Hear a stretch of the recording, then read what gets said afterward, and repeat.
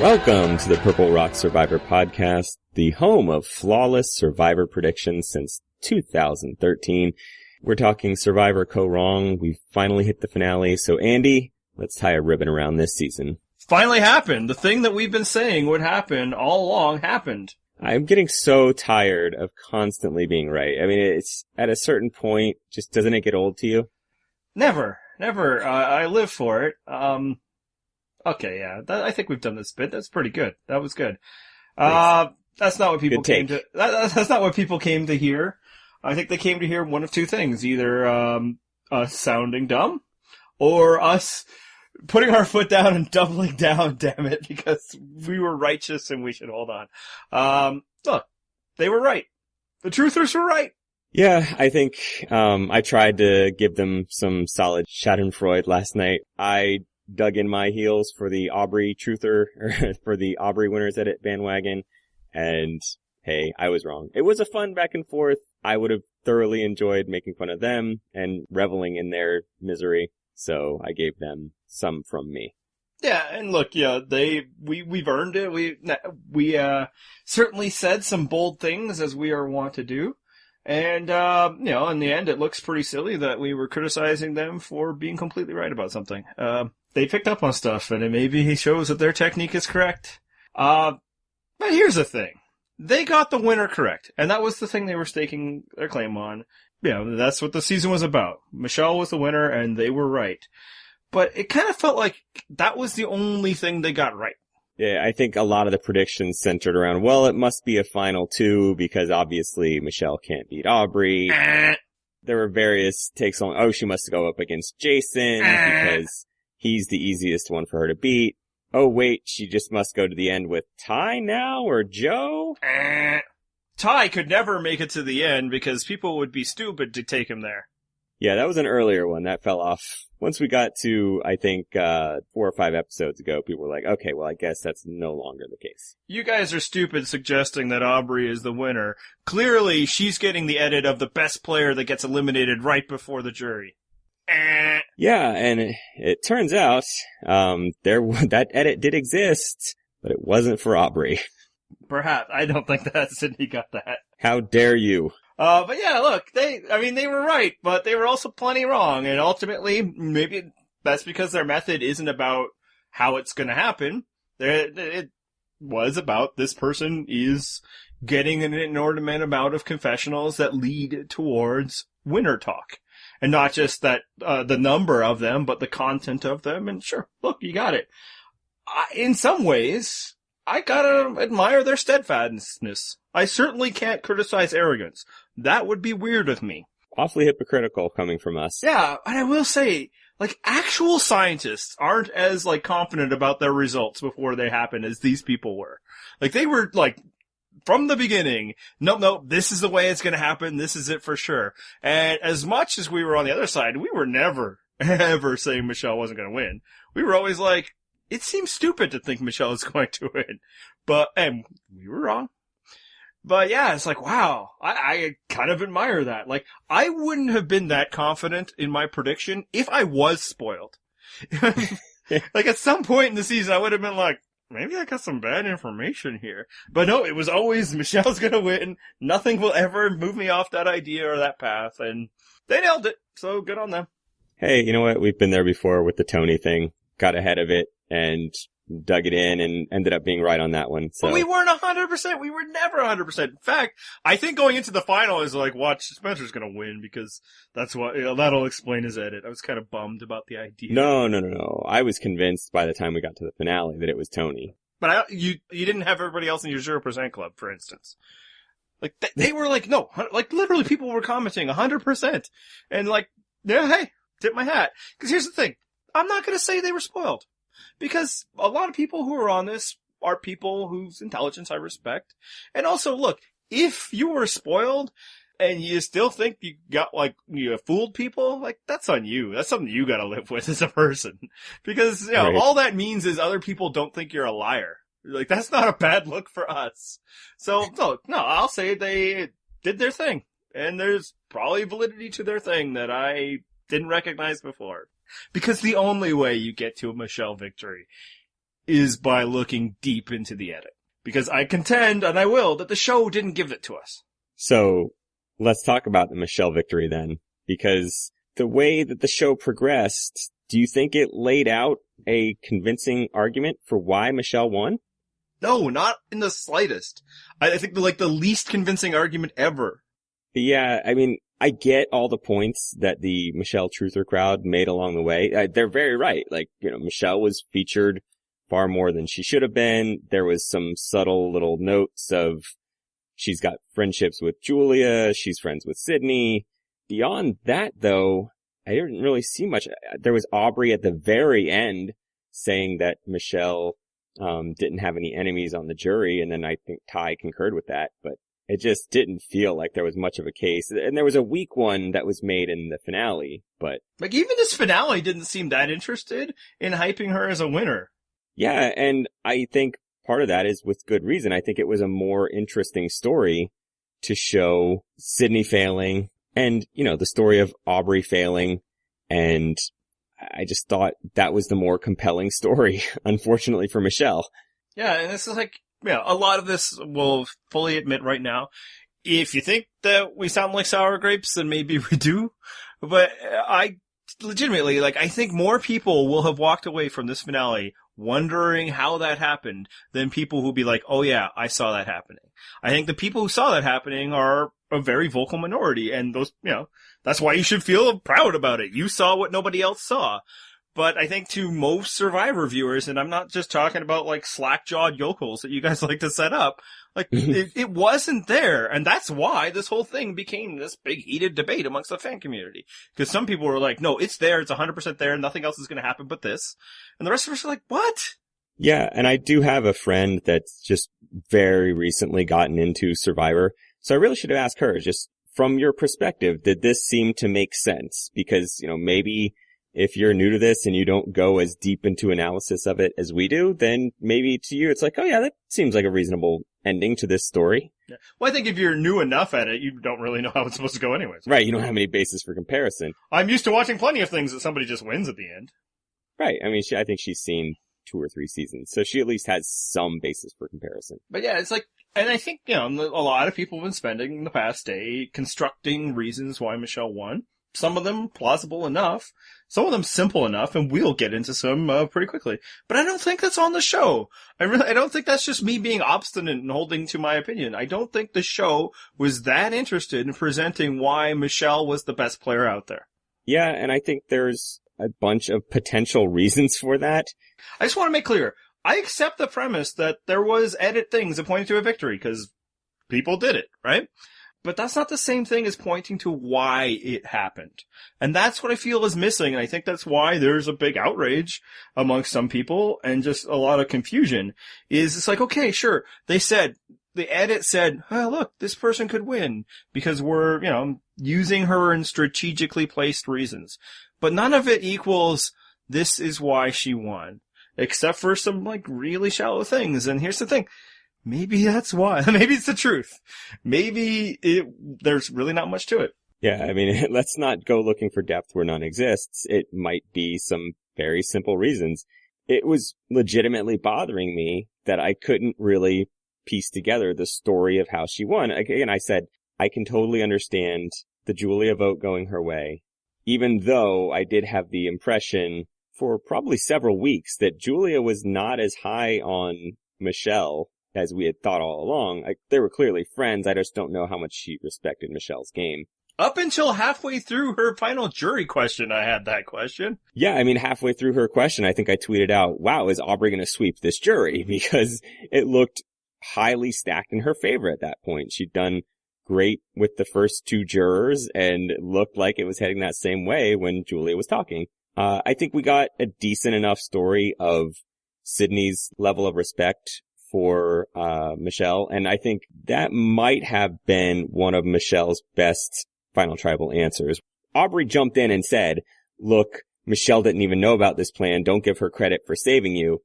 And then Michelle saved herself very well there by saying, look, even if I didn't know about it, I still had the opportunity to screw you once it was a tie, and I didn't. Yeah, I mean, that's enough. Obviously, under more thought, it's well, Yeah, but why would you? Like, well, at that point, what do you care? You're not Yeah. saving anything. But I mean, again, if you're trying to build... But no, yeah, absolutely. It was fine. I don't think it won a vote, though. And here's the thing. I agree with you that I think it built up enough of the Sydney-Michelle relationship all the way back to the Nick vote. Except that I feel like they built more the Sydney-Aubrey relationship. Like, that was far more foregrounded than that relationship was. Yeah. And so this is one of the confusing things, is that that's about the two strongest votes I can get for her. And then it's the Jason and Scott things, unless you just want to chalk it up to a wild card that they were really suddenly into who was the best challenge performer, because that seemed to be all I could take away from Scott's questioning of her. Mm-hmm.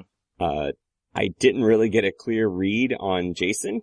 So the only other logical solution I could come up with was Aubrey did such a good job of drawing parallels between her and Sydney that Scott and Jason said, oh, well, if you're the Sydney, I'm definitely not voting for you.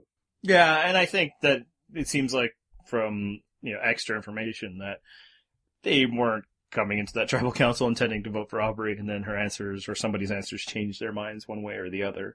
And I think even maybe the structure of how Scott got up there and started talking would suggest that. Although, interestingly, from this episode, it seemed like that's what they were doing. During the fire challenge, it seemed like that's what they were doing. When Michelle was up there about to vote one of them off the jury, it seemed like they were all like, hey, she's gonna vote you off, and uh-oh. Like, this episode had me convinced that Aubrey was the winner, except for this nagging fear that something could go wrong. Like, and that's, again, if you are on the other side, go ahead and just say that I'm in doubt, or I'm in denial, or that and this will be the funniest one, that I'm some kind of Aubrey stan. But it's just like it wasn't there. But, why did Michelle win? I think it's simple that, like, people just liked her more. Like, that's not exciting. It's not a thing, but I think that those people liked her more than Aubrey for whatever reason. And I know people now, because this is the language that we use as fans, are like, she had a great social game. I think it's simpler than even that. And I think, and I've said this often, and I'll say it more, and I think this is a shining example of it. I think often the thing that we call social game is just personal charisma. It's just kind of the way people feel about you due to some ineffable quality. Yeah, I mean, this game is essentially a popularity contest, and she won the popularity contest, whatever means she happened to use to do that. Yeah, so then people are all like, oh, like she was doing all these things. It was so smart. It's like, I don't know. And again, when I say I don't know, I mean I don't know. If any of that was like, thought out stuff, I think maybe, some things here or there that we could point to, although I question whether that has really moved the needle one way or the other. I think it's just like, when people are hanging out and all the times that we don't get to see, they just kind of felt better about her. They related to her more than they related to Aubrey. And that's not exciting, but I think, more simple than that, and it's a thing that really should be more front of mind, but it just hasn't come out in a while. She just didn't have any blood on her hands, and people like to vote for the person that wasn't responsible for their ouster. Which is weird. That seems like a throwback to me. And maybe it's just because it's been selectively edited out of the shows to give you the idea that we've moved past that at this point. But that just felt like such a throwback thing, that you're voting for the person that didn't vote you out. I think what it is that person doesn't get to the end very often anymore. And we often, and when I say we, I am more mean you than me, but still we, just discount that person. Like, oh, that person has no chance to win. It's ridiculous that they're suddenly talking about, person X as a jury threat. And it's just like, well, yeah, we don't think they're going to win because they didn't win, and the edit now treats them as though they're not going to win. But we get examples of this in post-game interviews all the time. It's like all of a sudden, like, Kimmy was going to win last season, or Keith was going to win 2 out of the past 3 seasons. And it's just like the person that doesn't have blood on their hands gets taken out before the final jury. And I think that's just this essential truth that that's fundamental but boring, that you need to take that person out. And most people did, and this time they didn't. Yeah, but the central question of why Michelle won, I mean, I think there's enough in each of the little points that we brought up. It's probably several of those factors just all rolled together. Yeah. And I do think that there's something to the fact that she won those challenges at the end, the 2 challenges, immunity and the weird reward. I think that gave enough for her so that people who kind of still liked her and didn't like the fact that, Ty and Aubrey had beaten them. It's like, look, no, she did stuff. She was a warrior. Especially when you're looking from the perspective of like, a jock, right? It's like, oh, she came through in the clutch. She won in the end. Yeah, that's dumb, but that's the values that they care about, and that's what they get to decide upon. Yeah, and every juror gets to determine their own qualifications for the winner, and so if that's what they decided was most important, or really, like you said, if they were just looking for something to hang their hat on to justify the vote they were going to make anyway, that's fine. What else are you going to do? It's not like you can mandate rules for the jurors on how to vote. Yeah. So that's, I think, why the jury chose her. And no, this is probably a good time for us to reiterate the stance that we've always had, but people can forget who says what when, because apparently we're not the only podcast people listen to. Whoever the jury votes for is the one that deserves to win, because that's how you decide who wins Survivor. I'm not fighting that at all. I'm not even fighting that this jury made a bad choice. The thing that we've been discussing more is just like the show didn't make us feel like that was a good choice, and could be a problem. And this is where I'll step in defense of the edit here, because it's really hard to show how well Michelle, or anyone really, and not just Michelle, forms friendship over the course of 40 minutes of airtime a week, because realistically, maybe 5 of that is reserved for like non-strategy talk at camp. So we saw at least 2 friendships that she developed over that time with Julia and then Sydney. So I don't know how much of this quote-unquote social game they really could have shown, given the things that they have to show in every episode. But don't you feel like the season gave them more of an indication that Julia had formed relationships with Scott and Jason? Yeah, again, I think there was definitely ways that they could have at least hinted at it from the perspective of other players, or even, just a quick thing with them hanging out and having fun doing something. Just something to get the impression that, oh, people liked hanging around with Michelle. Look how much they're enjoying spending time with Michelle. And you did get that a bit in the reward with Aubrey and Sydney. Fortunately, that doesn't shine as much light because, Aubrey wasn't on the jury. You didn't get it at all on the reward with Ty and Jason, where they went and looked at animals. In fact, she seemed pretty salty about Jason at the time. But, this is where I think the edit is the big missing piece. Is nobody was sharing their opinions about Michelle throughout this season. And, that was, probably the biggest piece why people were like, oh, 100% the edit's, making her look like the winner. It's like, where's the other people? Who feels what about Michelle? Because I still feel like I don't really know. We have sensible guesses about some people, but nobody said until the end when there wasn't really much in other people to talk about, oh, Michelle's really good at this. I really like Michelle because of this reason. Gotta watch out for Michelle because of that. There just wasn't much of that. And we got that for other players. Yeah, and I mean, if you think back to previous seasons, those sorts of things happen, even for people who don't win, just to give you an idea of, oh, this person was really well liked. Like you mentioned Keith earlier. We got a lot of people saying, Keith's just so fun. He's so goofy. I really like Keith. We got a lot of people talking about how crafty and Sierra is. Talking favorably about other survivors is a pretty frequent occurrence.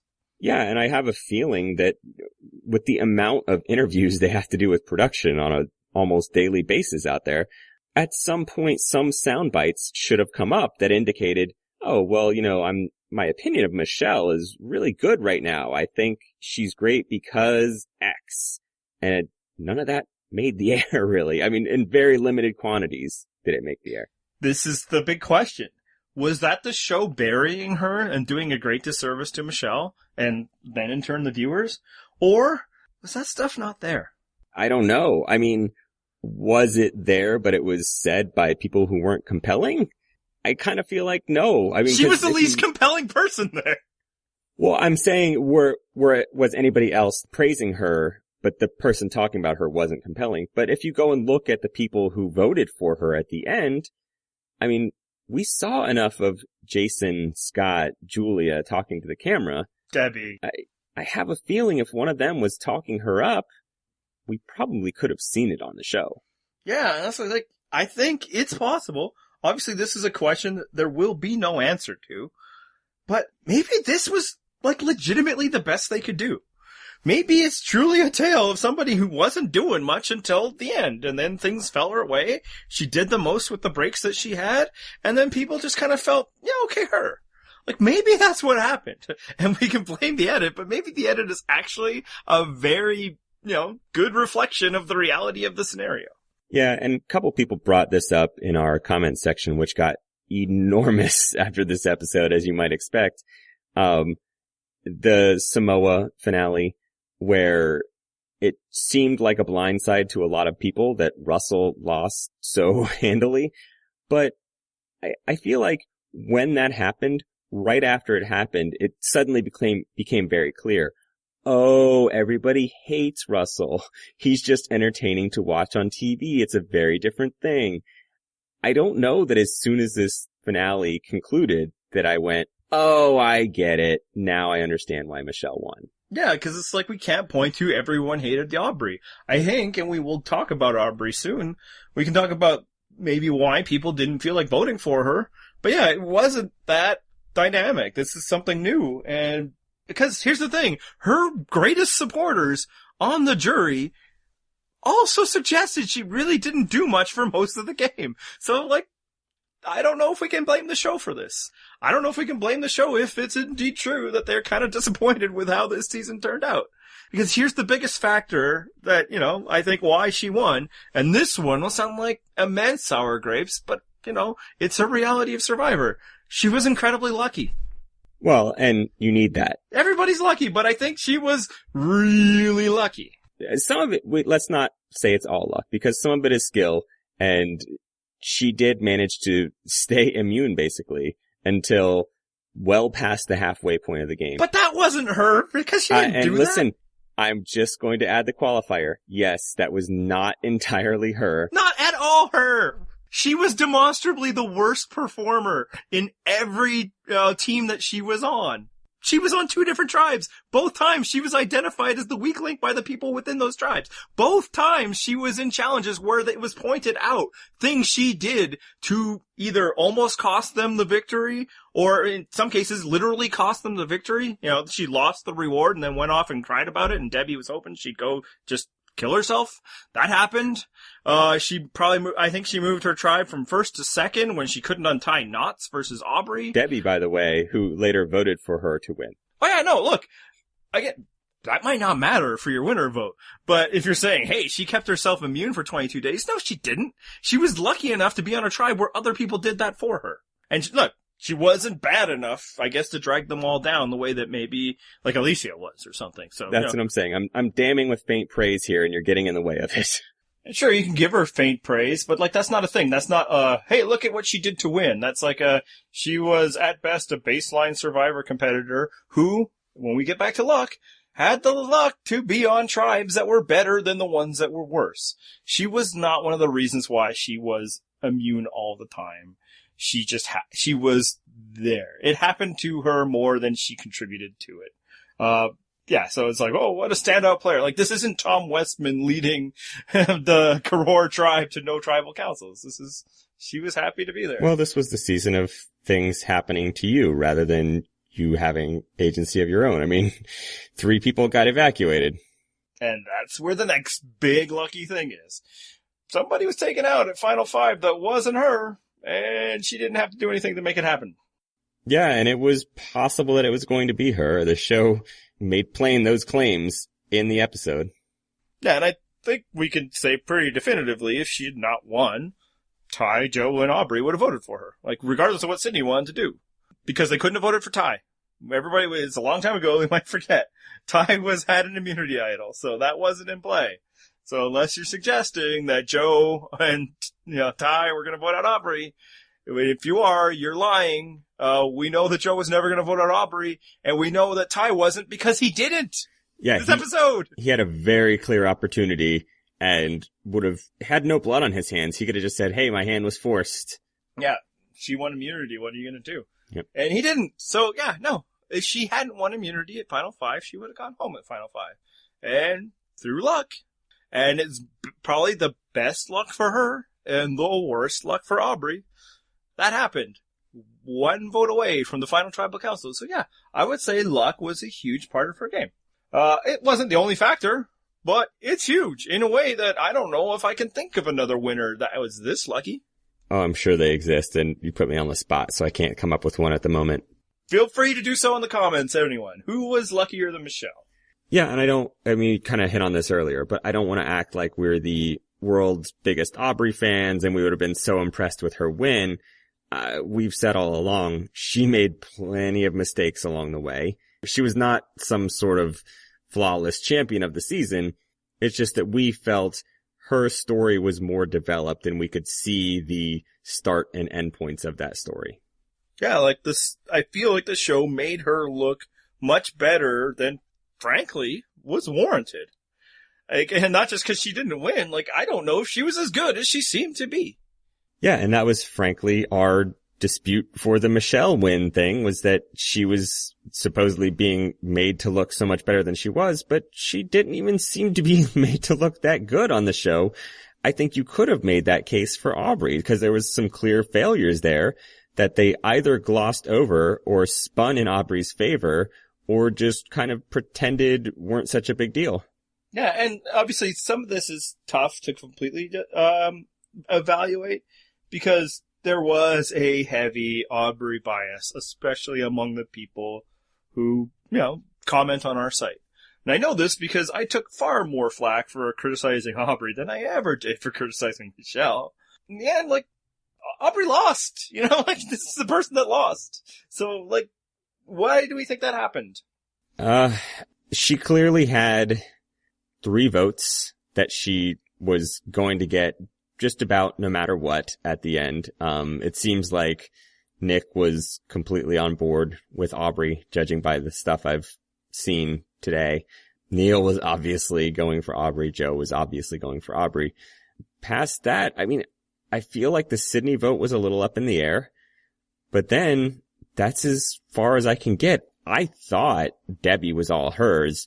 Apparently, and this is my theory, I think Debbie just laid it on thick that she was, good job, geek girl, you did it, just so she could betray Aubrey in the same way that Aubrey betrayed her. Yeah, it's possible. I'll say that I never thought that Debbie was voting for Aubrey until maybe that speech. That speech seemed to, seemed like it was going in her favor. But I always thought that Debbie wasn't going to vote for Aubrey. And sometimes just based on what she said when she was voted out of the game. Obviously, people have plenty of opportunity to cool their heels in the time that they are removed. But it's like, nah, I think she lost Aubrey's vote there. And, maybe some of that was because I criticized Aubrey voting her out in the first place. Or at the very least, criticized the notion that Aubrey being forced out to vote out one of her closest allies was somehow this amazing power move against the other guys. I'm not going to rehash that argument, but there were certainly justifiable reasons to do that, though. You could say that, and people are still defending every single thing she did, but she lost. No, so at listen. some point, we have to decide why that happened. And obviously, if you want to say this because the jury made the wrong call, then no, that's your freedom. But at some point, we have to point to what she did wrong to lose. And I think there was many things. First of all, I would never say the jury made the wrong call. Secondly, I'm saying she made lots of mistakes. I think that one is pretty justifiable, though. I don't know how you justify she crossed off someone's name on a ballot as she's voting and then wrote another person's name in there. That's hard to justify. Yeah, and the one I think that cost her, and I argued this quite a bit, was somebody told her at Final 6 that Michelle is an incredible threat and that we should get rid of them, and here's how we could do it. And then somebody else on the show echoed the idea that Michelle was a big threat, and I want to vote them out. The first person was Ty, the person everybody thinks doesn't know how to play Survivor, and the second person was Aubrey. Aubrey said that Michelle was a threat and that she wanted to vote her out, but what did she do? Nah. And what happened? She lost to Michelle. Yeah, and I know where we're going here, and I'll steer you right to it, because I think you're right. They couldn't have done that on their own. Even with Ty's double vote, you're still going to end up losing in that scenario. She needed Joe, and I set you up, you knock it down. Either she has Joe, and she decided not to go with it, or she didn't have Joe, then why are we calling her a good player? The whole thing we were saying is, Aubrey is really skilled at, getting votes her way, and that she has Joe as his other vote. But it's like, if she was never able to convince people to vote the way she wanted them to vote, then what is Aubrey's great skill? Because it wasn't winning in Survivor. That didn't happen. Well, her great skill was clearly managing Ty. I don't know how she was able to read him so well. But it certainly worked to her advantage because she definitely should have been gone before Final Tribal Council. Yeah, it was great. It sure helped her. It got her to the Final Tribal Council. That is a legitimate thing. Actually, I shouldn't, totally, over that, but it didn't help her win. And so, if you don't think, and I had people challenge me on this, and, I argued with them at about 70 characters at a time, and I said, I'll talk about this a bit more now. One of two views of what the Michelle thing happened. Either you think, well, she had to get rid of Jason or Michelle because she would have lost to either one of them. Like, do you think that she would have lost to Jason? Seems pretty unlikely. Yeah, cause either it's what we all thought at the time. That no, Jason was the easy vote. And, who else thought of that at the time? Other people playing the game. So she took out somebody who she thought she could beat at the end, who other people thought would be very beatable at the end, who, sabotaged the camp, instead kept somebody who beat her. Now, if you think Jason was going to beat her, and it didn't matter that she had to take out both of them, and it was just crummy luck that Joe got medevaced, then I guess that suggests that you don't think Aubrey was very good at this. Like, if she could only beat two people in this game, Joe and Ty, then, again, we should probably fess up that maybe she was overrated. And I say this as somebody who desperately wanted her to win. But that, I think, was her critical mistake. She had an opportunity to go for it, to do the thing that she needed to further her game, and she did what she did many times throughout the season. She's like, okay, well, this is going to be harder to do, so I'll let my alliance partner get their way.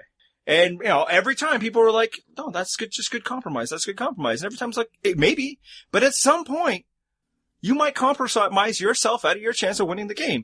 And I think that's might be what happened. Yeah, and she obviously couldn't have predicted Joe getting medevaced, but I think you can predict the possibility of Michelle winning 2 immunities. Or you can predict the fact that maybe I'd lose to Michelle if she got there, but I won't lose to Jason. Great. So let me finish my point here. Sorry. So I'm saying she couldn't have predicted that, but I think I defended at the time her relenting on all these votes by saying, looking at the results now, is it such a big deal that she didn't? I couldn't necessarily see one where it mattered so much. Now, hindsight being 2020, yeah, the Michelle vote was one that she should have expended that social capital and tried to see, like, listen, Joe, I'm laying it all on the line. I need you to vote out Michelle with me right here. This is me, like, laying down the hammer. You're my alliance partner. I need you to vote this way. Yeah, are you my alliance partner or not? And frankly, maybe you threatened to go to the rocks. It's like, okay, so you want Jason gone that long that you're willing to go out of the game? You're willing to cost this? Because I think if she pushed for it, she could have gotten it. And if she couldn't have, then I guess she's not that good at this. But, because in the end, what were they really saving Michelle for? Another vote. Woo! Like, if she couldn't convince her alliance partners, and I get why she couldn't convince Sydney, then I guess she's not that good. There's one or the other. Either she's not that good at convincing people, or she made the wrong call. And it's okay to admit sometimes that the people you like made the wrong decision, especially when you're trying to figure out why they lost in the first place. And one last thought about her constant giving people what they want in order to keep, tensions appeased and keep moving forward. Maybe that's why the jury didn't respect her as much as we thought they would. Yeah, I've seen some people, by the way, trying to defend the Michelle victory by saying, Michelle saved herself there because Joe refused to vote her out. I kind of got the read that was more about Joe really wanted Jason gone than Joe really wanted to keep Michelle around. I think that it was more of Joe was really annoyed by Jason, didn't think he was worthy to still be in there. And Michelle was the more nondescript option. He was just like, okay, fine, we'll keep her because I just really want Jason gone. That's how I read it. I could be wrong, but that's how it read to me. Yeah, and I think that's fair. The other thing is, the show never gave us any indication that Joe had, affection or, respect for Michelle. So, they can have their fan fiction and we'll have ours. But I will say that if Joe hadn't eaten too much meat that day, he would have voted her out then. So I don't know how strong her bond with Joe was. Right. I do think that there's a lot of evidence supporting that, Joe didn't like Jason. But again, if Aubrey is some kind of game player and recognizes that one of these things is a threat to me winning and the other isn't, then maybe that was the time to do it. Because you can keep kicking the can down the road so far until it bites you. And that's what happened. Cans bite you? In Canada, sure. Okay. But ultimately, why did she lose? We don't know. But I do think that there's reasons, and I do think that I was pointing to them throughout. Do I think she wasn't good at Survivor? No, she was good. But I will say that, like, this isn't the case of, like, a bad winner beating an awesome winner. I kind of feel like it was somebody who was, like, not that great a winner would have beaten, like, a mediocre winner. Like, I think Aubrey had flaws. I think she admits to them frequently, because she has a good recognition of her place. I think many winners have flaws, because Survivor's friggin' hard, and most people play it with no experience. But, yeah, I don't know if it was the greatest miscarriage of justice either. It just doesn't make any sense from a story perspective, that's all. Yeah, and want to reiterate that. Like, we're not saying Michelle didn't deserve to win. God forbid some more people try to come at us with that argument. That's never been our claim. We've never once suggested that somebody who won didn't deserve to win. Because the only way you deserve to win is if a jury decided you did. And 5 out of, 7 of them did. So that's pretty definitive. It's one of the few rules of the game. One of which kind of changed with a reward challenge in this episode. Yeah, let's talk about that. Because I think that was the other thing that elicited pretty strong feelings this week. Yeah, so for the first time, they gave someone the opportunity to vote out a juror at Final Tribal Council. And judging by what Jeff was saying in the reunion, they've been debating this for 7 years before finally implementing it here. What were your thoughts on it? I'll say when it first happened, I'm like, oh, this is kind of interesting. And there was some buzz going around that this was going to happen. I think you might have heard some preseason rumors that this was going to happen. I did. I didn't get that, but I think other people did, and then started talking about it kind of plainly in their theorizing, which I don't care. I mean, it's not quite a spoiler. Yeah, it's like most twists they enter into the game. I'm willing to see it play out, but I will say, like, this one, it's like, man, that kind of feels unfair. Yeah. And to be clear, I think in general, we're not all that big on the, unfair, we can't possibly do that, because the game is inherently unfair. There's a lot of things about this game that aren't fair. Yeah, Neil could have been voted out 3 days earlier and not gotten a vote. Right. And I don't know that that's the only issue I have with it. I just think it changes some dynamics that are kind of central to the game. Because now it almost gives you a get out of jail free card for screwing up the social game, which is basically what this game is. I agree with you. It was worth trying, but, God forbid, say we're in Worlds Apart and Will blows up at Shireen and then wins this reward and gets to vote her off the jury. Well, how is that remotely fair? He blew it and sabotaged that relationship completely and then will suffer no consequences for it. That's like antithetical to how this game is played.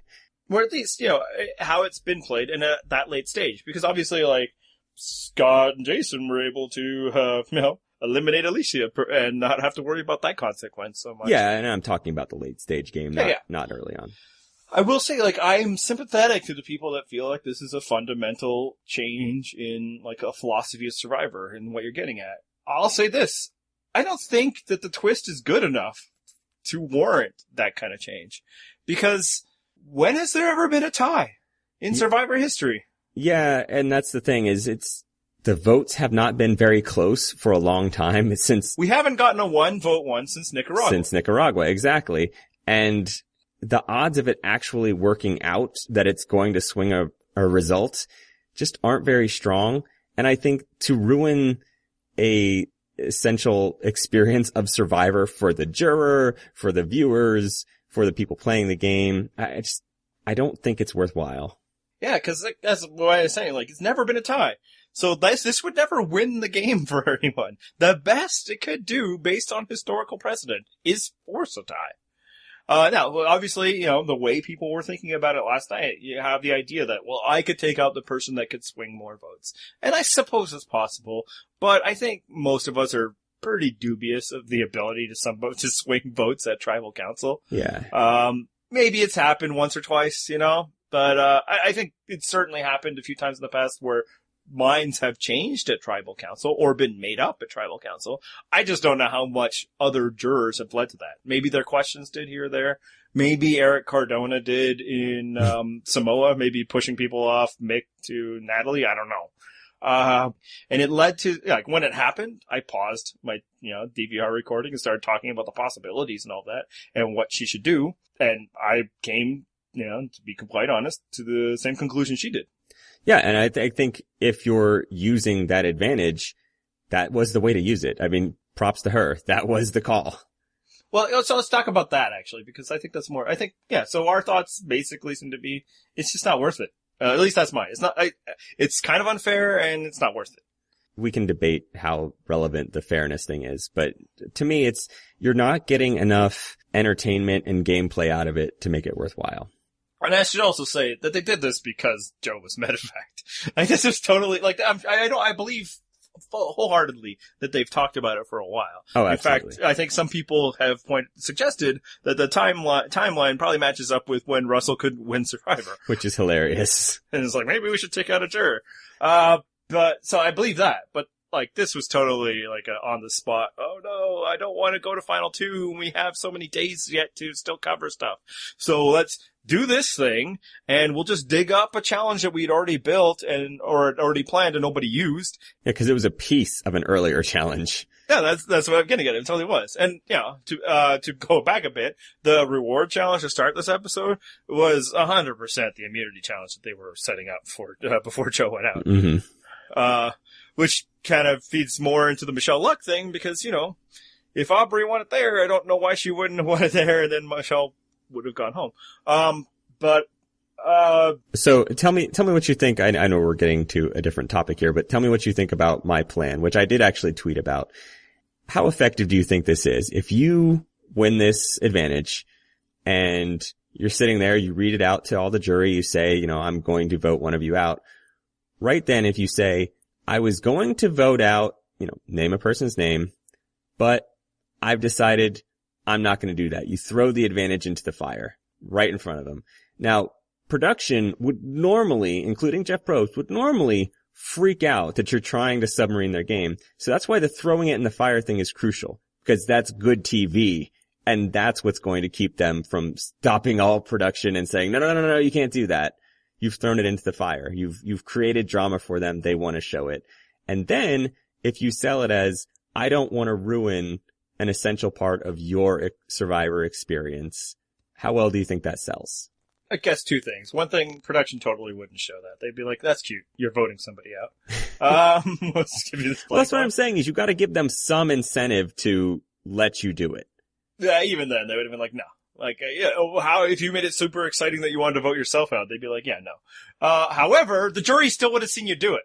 Right. And so this is the thing is that they wouldn't let you do it because this is the first time it's happened. Because this is, they've set this up. They're like, okay, we want to see how this plays out. If you're not going to let it play out, they're going to be pissed. So if it comes up again and you do this, I think maybe it could work. Nah, I still don't think they'd let it. No? That'd be like, I've come up with this, like, really exciting way to steal somebody's idol. Like, I just don't think they would do it. But again, like, to your bigger point, if you did it in such a showy way, the juror would see you do it. You might score points. What you would have to do, though, is identify the juror that's on the fence. Yeah, and that's the thing, is you can't pick someone that detests you and that's just not voting for you no matter what anyway. You have to get someone that you're fairly certain is not voting for you, but you had enough of a relationship that if it looks like you're doing them a solid, they might be like, you know what? I didn't hate you. I could vote for you. And what integrity. So yeah, no, that's something. Actually, I want to talk a bit about Michelle's, decision here because, as I was alluding to, I actually thought Joe was the play because it's just like, that's the bird in the hand. Because I felt like with Neil, there was enough variables like that. Like I'm 100% sure Joe is voting for, Aubrey, where I was like 95% Neil, just cause he was gone so long. Who knows? And she hadn't really spent as much time with him. She was on a tribe with him for a bit, but still. So I was with her there when she thought it was Joe. This is getting back to kind of the edit talk. It made her look like she was just listening to the other people and being duped by them. Yeah. And they did let her give a good explanation for it because at the time I was rolling my eyes. What are you doing asking them for input? But they did let her say, no, I was trying to see who each of them thought was the most important to the other person so that could help me make my decision. Okay, that's fine. That's not a bad sell. But did they do that, or are you confusing like a post-game interview? No, I think they actually, because I think Probst brought it up at the tribal council, like, oh, why are you asking them? You know, Oh yeah, you're right. It happened then. But like as presented in the episode, it seemed like this was like the Neil thing was totally Ty's idea, and that she had to clue her into the whole added benefit. And I believe that it's possible that she was using that as a strategy to get people to show their hand. Could be. I also believe, especially as the way the show presented it, that like that's a something you say after the fact to try and get credit for somebody else's idea. Yeah. And that's kind of gets to my point. It's like, I don't know that the show made her look great. Even if there's entirely plausible explanations for things that were probably solid gameplay. Yeah, I mean, I said probably at the halfway point of this season, whatever winner we ended up with was being shown warts and all, because everyone was flawed by the midpoint of this season. So, you know, they certainly didn't go out of their way to put a shiny gloss on whoever was winning this season. So let's get back to who won this season, because I think what a lot of people like to do at the end of the season, and I don't think you're one of them, is rate the winner. Oh God. One last quick thing though, and I don't know how valid this is, because like you said, yes, it was right. It should have come down to Joe or Neil. And I get the rationale behind voting out Neil because, you know, he's going to be more eloquent and he might, you know, speak in defense of Aubrey and maybe that's going to sway people. On the other hand, and I don't know how well they could have known this, was Neil really like the mayor of Ponderosa? Was he, you know, were a lot of people thinking like, oh yeah, and you know, Neil, I'm going to come to you, get what your thoughts were on this game versus Joe having been out there so much longer. Yeah, this kind of gets back to the idea that this is just not worth the damage or the potential damage that it does to the fundamentals of the game. Right. I don't think getting rid of Neil did anything. I don't think Neil had a shot at convincing anybody that voted for Michelle not to vote for Michelle. I don't think he would have asked her anything that would have made people go, oh yeah, she wasn't much. The best that he could have done was give Aubrey a much better chance to explain her actions than she was given. Right. Just give her a setup, essentially. Yeah, and because she wasn't given a whole lot. But I don't think that would have mattered either. Right. I don't think that this swung the victory for Michelle. I think she had those votes. Because if you're going to believe that this is effective, you have to believe that people are making their minds up at tribal council. And we have enough evidence from many seasons that those people, they do happen, but they're few and far between. Yeah, and I kind of get the impression that none of those people were in that jury last night. Other than, it's possible that some of them were still considering voting for Ty instead of Michelle. But I really don't think that the Michelle backers were really being like, Michelle, Aubrey, Michelle. And some of that is totally secondhand knowledge of what people have been relaying about what the jury has said in their bonus videos. I did not have time to watch those, but so could be wrong. But I don't think that the removal of Neil affected anything. Because frankly, if we got a little preview of the way he acted towards Michelle, that could have just as easily turned people off. Yeah, exactly. But back to your discussion of where Michelle rates as a winner, I hate rating winners. It's so hard to apply one person's game to another season and say, oh yeah, this game translates super well to any situation in Survivor. From the storytelling perspective, obviously she rates very low on my list just because I don't feel like we got enough of a rationale for why she won. As far as the sorts of things that we could have seen on the show about how she got her way to the end and then won, again, probably pretty low. Yeah, and I think like it's a fool's errand to try and rank them 1 through 32 and getting to like, this person is over this person. Because as you say, like, it's all, for one, it's applying your own, bias of what is a good winner. Yeah, your own standards for what counts. Yeah, but also, like, it's not apples to apples. What will win in one season won't win in another. To the degree that for even former winners, it doesn't work, other than that one. So yeah, it's, Michelle could have played this game in other seasons and lost, and other people could have played their game in this season and lost as well. So yeah, full caveat there. But what I will do is kind of like, there's a spectrum for me. And this is totally my bias and how I view winners. But yeah, I kind of feel she's near the bottom. And I think where it might be a little more helpful, instead of maybe a rating, is what former winner does she compare to? To me, the only the only thing I could come up with wasn't even a former winner. It was just, it felt to me like the final tribal council of China, only if Courtney had somehow won, but like a far less compelling and interesting to watch version of Courtney. And the one that occasionally won a challenge. And I should say, like, when I'm saying, and look, I'll underline what I'm saying. She is one of the worst winners for Survivor, in my opinion. That doesn't mean that she didn't deserve to win this season. Just means there's 32 of them, and some of them, like, at some point, somebody's got to be on the bottom. Unless you think that they're all unique snowflakes, and they all are great in your eyes. That's you, that's you. For me, I think her best comp, and I think it's actually not stretching, I think she's Fabio. Yeah, that's where I figured you were probably heading, and if you have to compare her to a winner, it's probably the closest you can get. Look, so here's the case, and that's not just because Fabio's been my default answer as Fabio's the worst winner, but Fabio was on the periphery of the main alliance. He was on a tribe with them. Sometimes he'd vote for them, but he wasn't really with them completely. Maybe some of them liked him a bit more than others, but there. So that kept him safe for a bit. Then he won out at the end, and the jury liked him better than the other people they were facing, and he had no blood on his hands. This is my basic argument of why Michelle won. But it goes deeper than that. Fabio was able to escape some danger when two people just up and quit near the end of the game.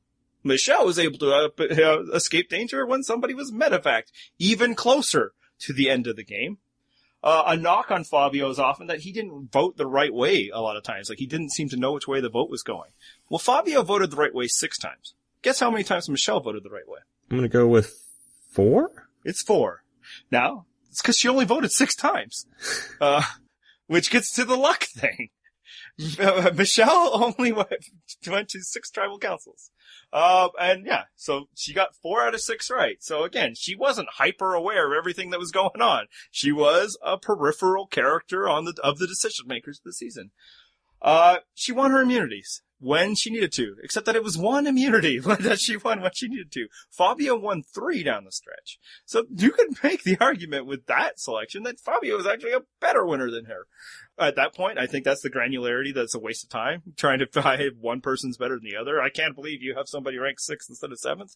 But yeah, I think that she fits right in there. I think she's a circumstantial winner like Fabio or Bob or Jenna Maraska. Like, that's where I put her. I think, circumstances put her in a position to win, and then she did the rest. All right, so on that topic, let's talk about what the Michelle victory says about Survivor as a game, because you had some thoughts that you wanted to share on this issue. Yeah, and some of this was like me just kind of getting depressed over all that. Actually, one quick note, I think some people, when, trying to always defend a winner, is like, there's no such thing as a bitter jury, and that's ridiculous.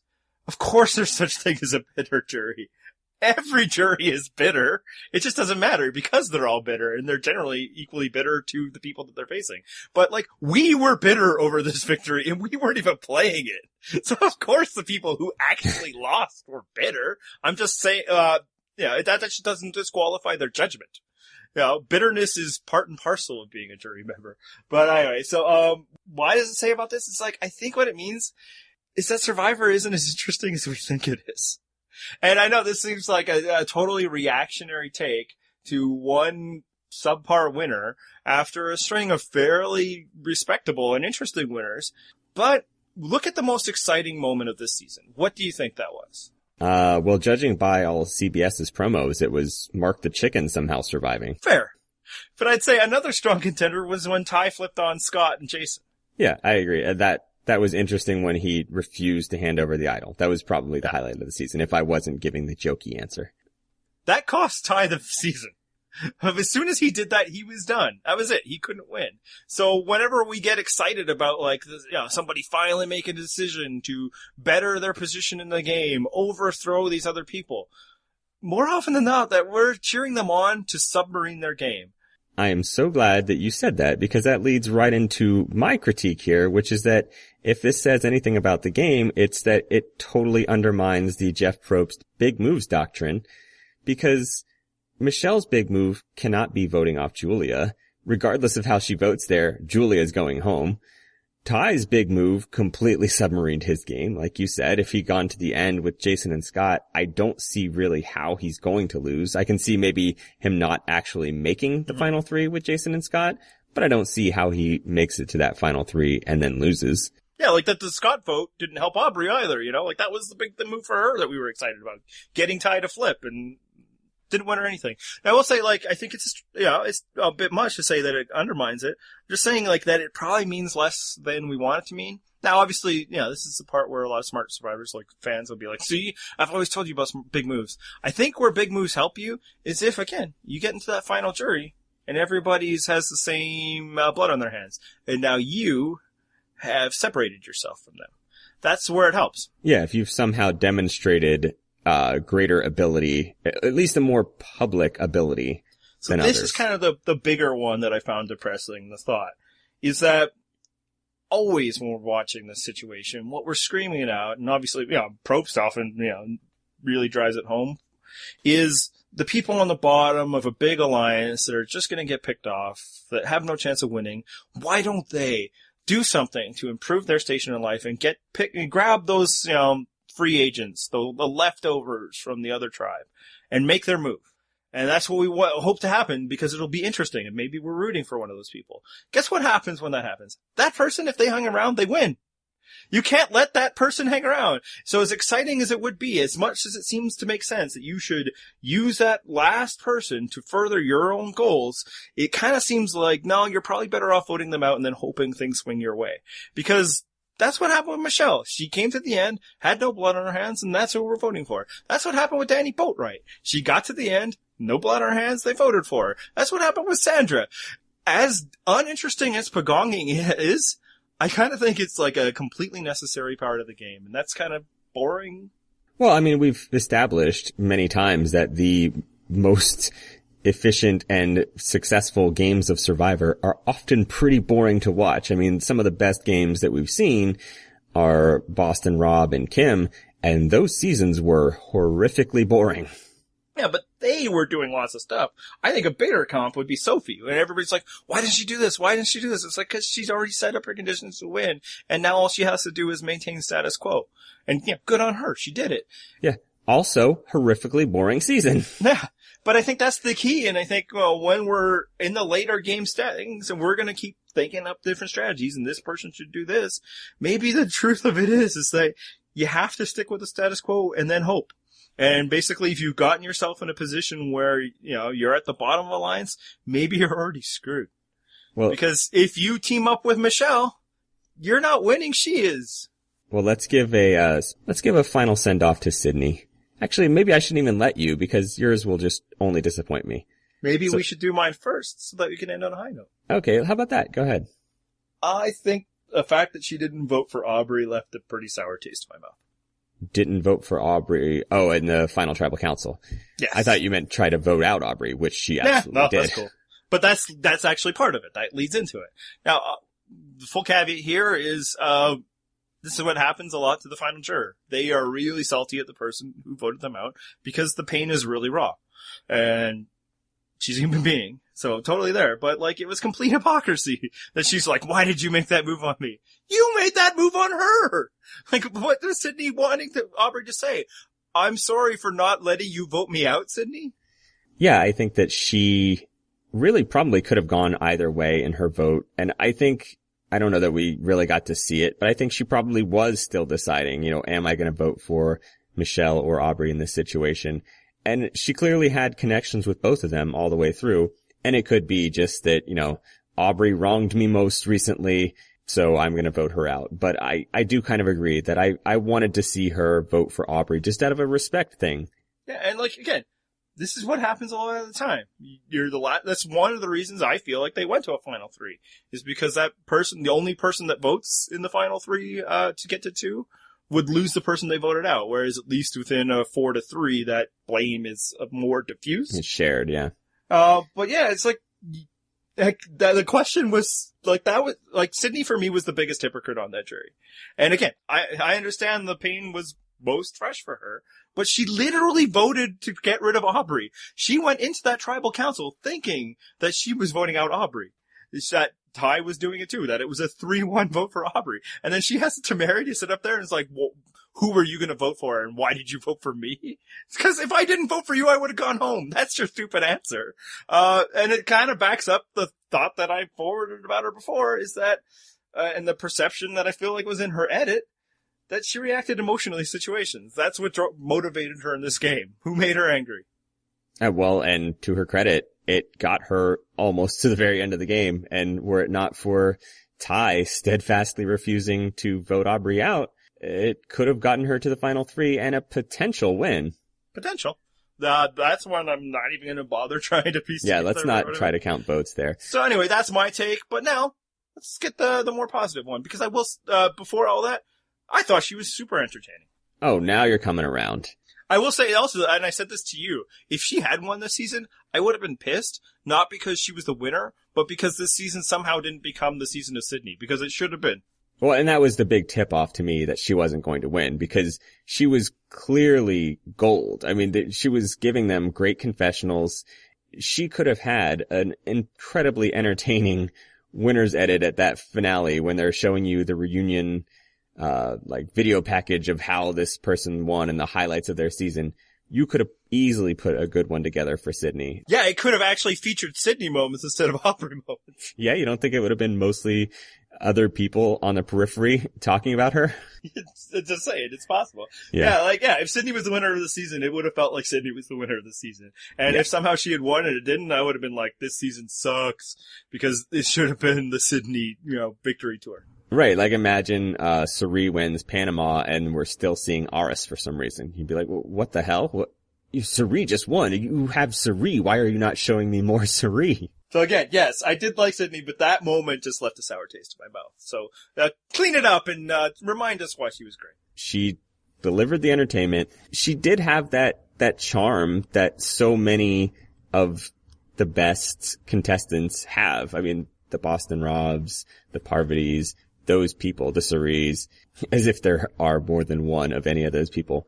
And I said it earlier, I just really looked forward to watching her every week.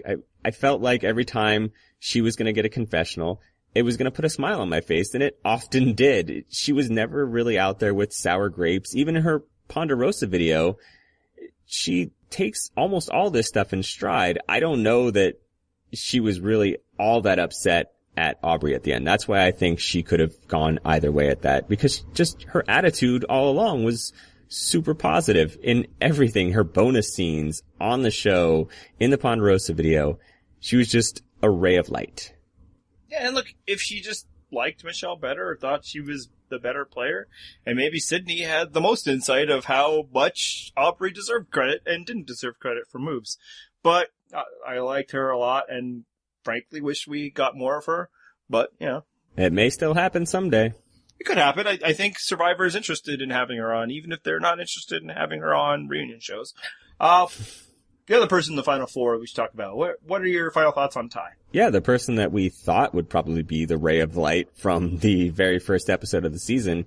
I still think he was, very enjoyable to watch. I just think that once we got to a certain point in the game, it just somehow became clear that not everyone was going to appreciate him as a survivor as much as they should, because they might have had respect for him as a person.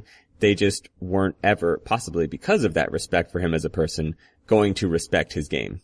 Yeah, no, Ty was supposed to, if he's going to win, he has to just kind of be there, completely loyal, and then, win his way in. He has to Keith it. Yeah. Keith, exactly. Once he was decided to actually play Survivor, it was all over for him. And, of course, his flaw is that he could not explain his actions. He just couldn't. He was not good at it, and to her credit, Michelle identified that in this very episode. Yeah, although, it didn't really take a rocket scientist for that one, but still, yeah, part of that is just his, language barrier. He's not that adept at explaining himself in English, especially when he's under stress, which Final Tribal Council is a pretty stressful situation. Yeah, and we saw that throughout. When he had to go to tribal council, he would generally stick his foot in his mouth somewhere. So yeah, like his failings are his own, but I also think they were overblown. I think he did have a very good concept of how to play Survivor. It's just, knowing what to do and being able to do it are different things. And he did a lot of it, but we are who we are. And, he's not a guy who's going to verbally spar his way through to a victory. Yeah, unfortunately, his comp is probably Dawn, and he met the same fate. Yeah, as a wise man once suggested, for similar reasons. Yep. That Ty doesn't get to betray people. That's not what we allow him to do. So I think the other big story of the season that, I think might have affected our enjoyment is the whole truther thing. Why do you think the big truther wars affected your enjoyment of the season one way or another? It did bother me for a while just because it got so exasperating to keep talking about it.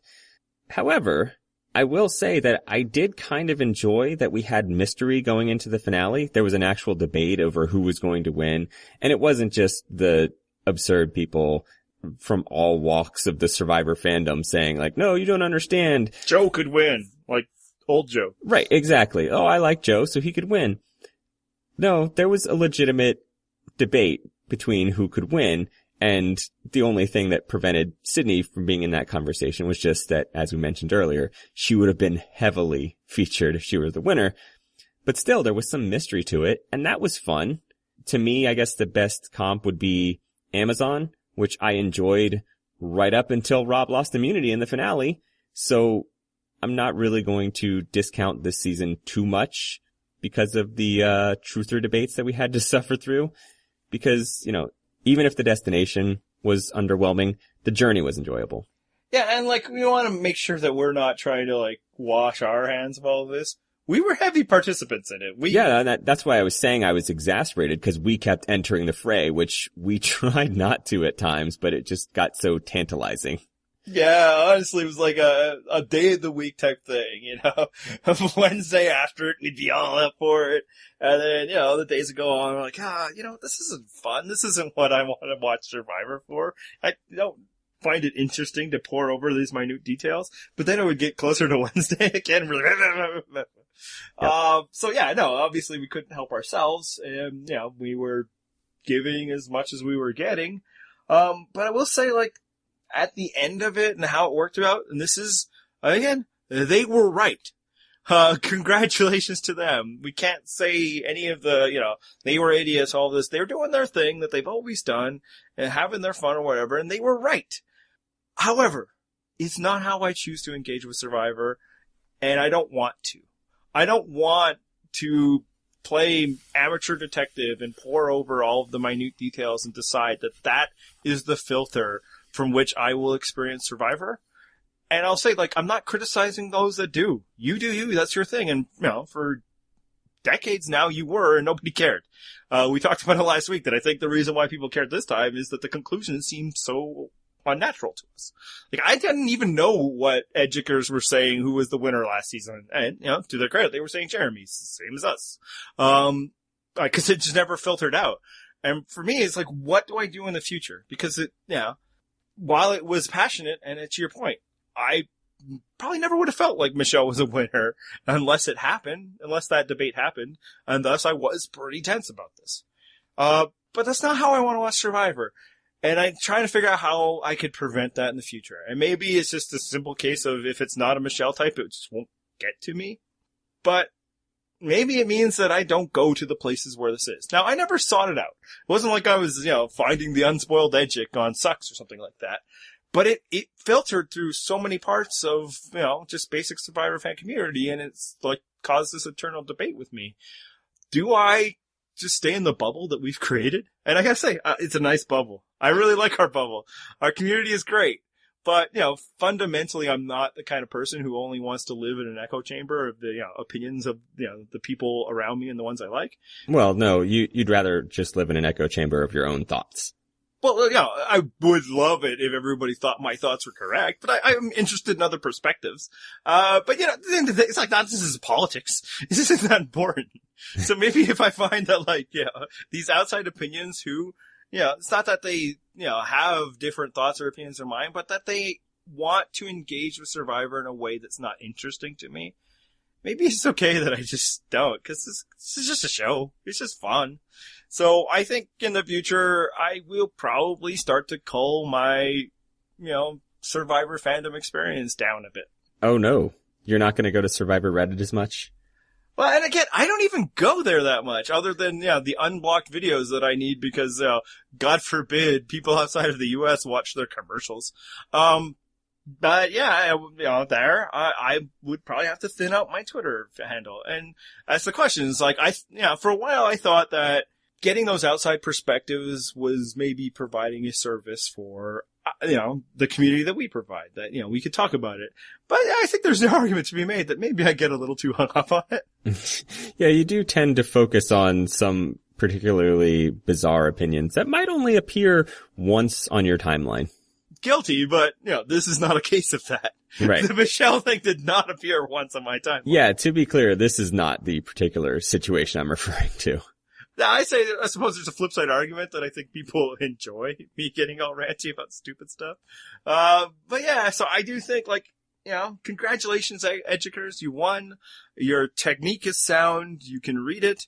Now, that's not how I want to watch Survivor. And I'm not saying that means I'm some passive yokel who just wants to root on their heroes. It's just like, I don't care what the animal says about the person and, I don't care about confessional counts. I don't care about that stuff. So I am going to endeavor to not filter my Survivor experience with that knowledge. All right. Well, speaking of moving on, let's do what the show did and move on to next season, which we got the concept for in that reunion. What are your thoughts on that incredibly enticing preview we saw? I'd never hated a season before it started as much as I do this one. You're not into Survivor Facebook versus Snapchat? Well, it's not even that, though. It's like, what? Like MySpace versus Snapchat? Reddit versus Yik Yak? No, not at all. And the caveat that we always throw out there, dating back to, race wars, is these are just concepts and the game is the game and whatever, but they're gonna push it hard, right? To the point where they haven't given this a real title. It's friggin' Gen X versus Millennials. What a mouthful, and it's stupid. They are going to push these people to say stupid things about how these artificial generational divides mean things. And I think they've cast people to fit this, Oh, we already saw it in the preview. They're already saying those things in confessionals for us. Yeah, and I think that will last for a bit, much more than even the stupid collars thing lasted. Because it'll be, just the same stupid New York Times trend pieces of this is why millennials suck. And then I'm sure they'll put their thumb on the scale and have millennials say all the pansy things that we always like to criticize them for. Oh, we're too free-spirited to care because we're millennials and stuff. Yeah. And these olds can't tell us how to live our lives. And it's... Oh, hashtag this, that happened. Yeah, someone unironically said that. And again, those are the things that are going to make the air, and it's going to be obnoxious. And it's so stupid, because, we were supposed to be the generation that everybody thought was, self-involved and, apathetic and stuff. That was the defining quality of Generation X. Have you not seen Reality Bites? And now we're, saying that about millennials? Have some perspective. Hey, well, appropriately, we're feeling pretty apathetic towards the upcoming season, so, Yeah. But hey, anytime they can combine two elements from, beloved seasons of, Fiji and Nicaragua, I guess they gotta do it. Yeah, it's an automatic home run right there. Before we put a bow on the season we just watched, I guess we should kind of rank where do you think it happened? Where do you think it fits? Was it a top tier season? Was it mid tier? Was it awful? We always tend to use Panama as the sort of dividing line between good seasons versus below average seasons. I would say this is, right in that Panama range. It's right around, it might even be just a touch above Panama. The characters maybe not quite as good as Panama. The strategy, I don't even know that it was great strategy, but it was entertaining to watch. So, yeah, I'll say it's slightly above middle of the pack. Yeah, it's just Survivor, and I like Survivor. Survivor is good, But I didn't find much, great about it. It was good. And I should say that this isn't like because I'm all, butthurt about, Michelle winning. This is how I felt all season. I felt like, the hype was getting a little out of hand. Like, these are, good players. They're not great. I'm not sure how many of them will be longing to come back in 10 years. Yeah, and I enjoyed it throughout the season. I would say it's, above average. I wasn't raving about it. I also wasn't criticizing it because it was fun to watch. Yeah, for 3 months we enjoyed watching Survivor on Wednesday nights. That I think is true. I think that there are some things that were serious detractions from it. Chiefly among them, 3 people were just up and taken out for no consequence, right? That's a black mark when you're ranking them all. So I agree. I think it's middle of the pack. And I guess the question is, how much did Michelle's victory move it one way or the other? I'm not going to let that sway my decision too much because, again, we have Amazon ranked pretty high in our season rankings. And, how much better would that season have been if Rob had won? Because that was the result I think most of the audience was rooting for. Yeah, I don't know if I moved it down at all because Michelle won. Maybe I would have moved it up a bit if Aubrey had won. And that's kind of thing. Like, maybe Amazon would be our favorite season if Rob had won. Instead, we still like it quite a bit. But, yeah, I don't know how much this moved the game of Survivor forward. Well, speaking of rankings, let's do some final standings for some rankings because we did do predictions every week. And the winner of our prediction game this year, where we predicted who was going home each week, who would win, all that stuff, there was a tie. Readers, you tied with Mark at 6 correct picks. Well done. The rest of us, Andy, myself, Emma, Matt, we all blew it. We all lost to you. Congratulations to you.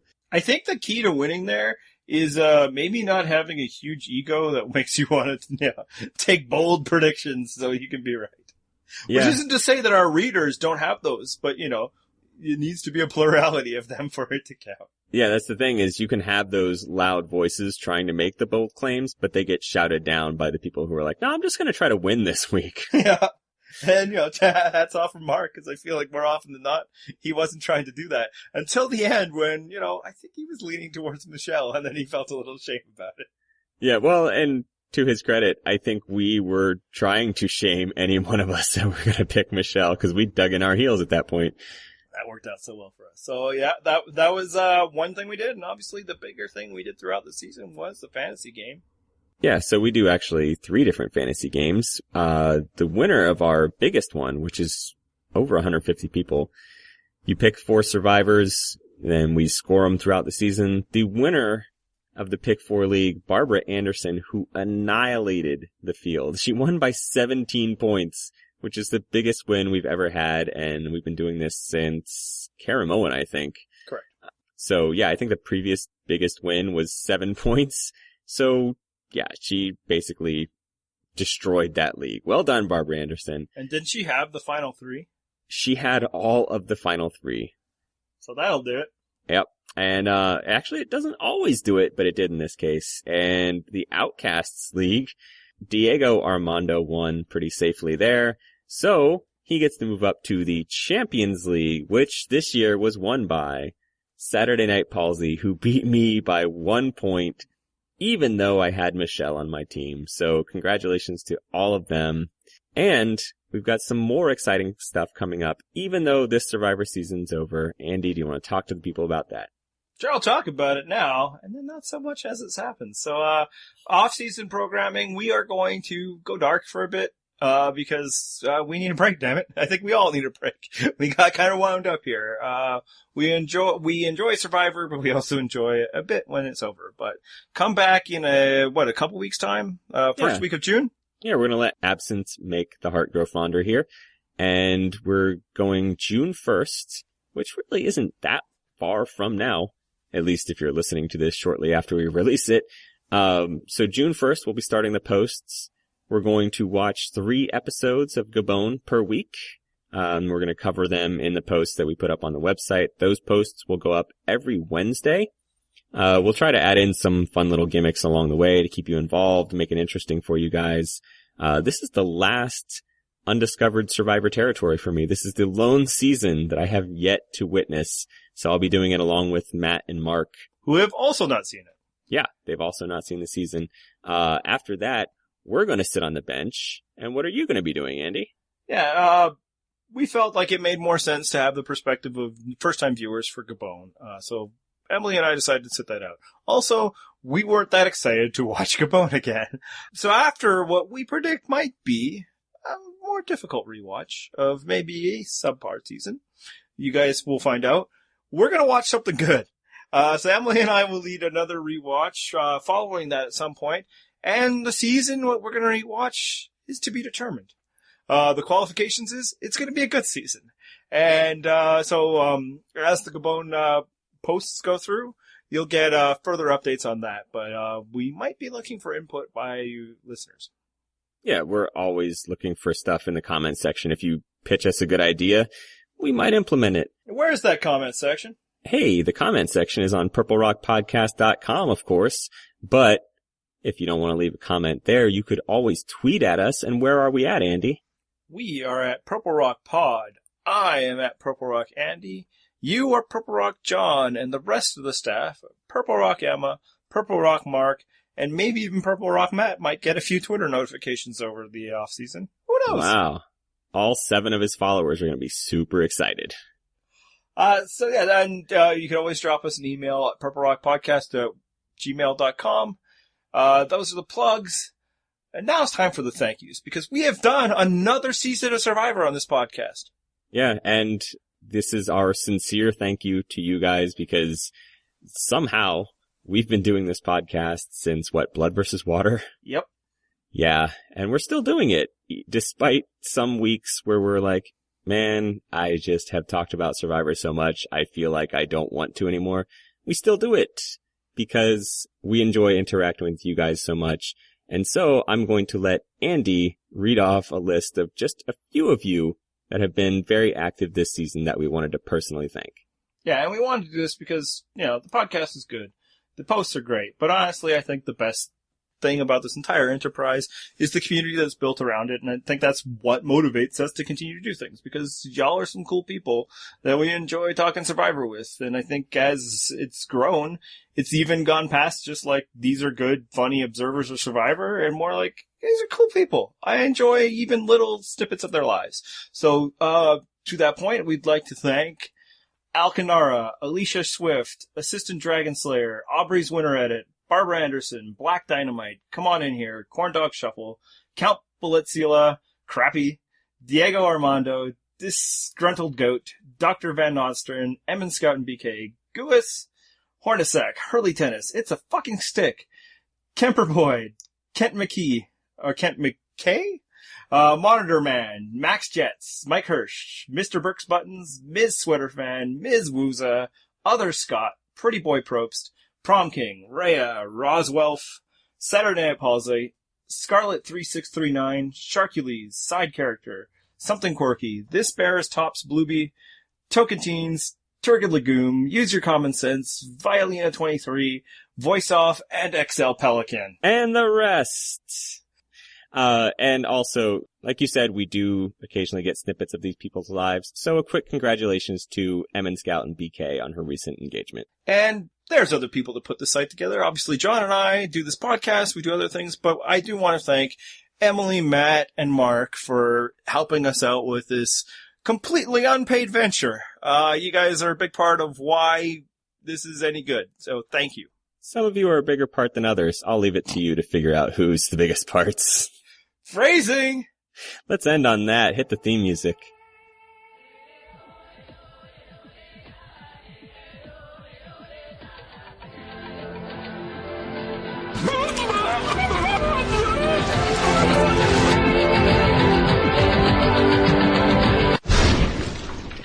That's what it's like when a woman wants a baby.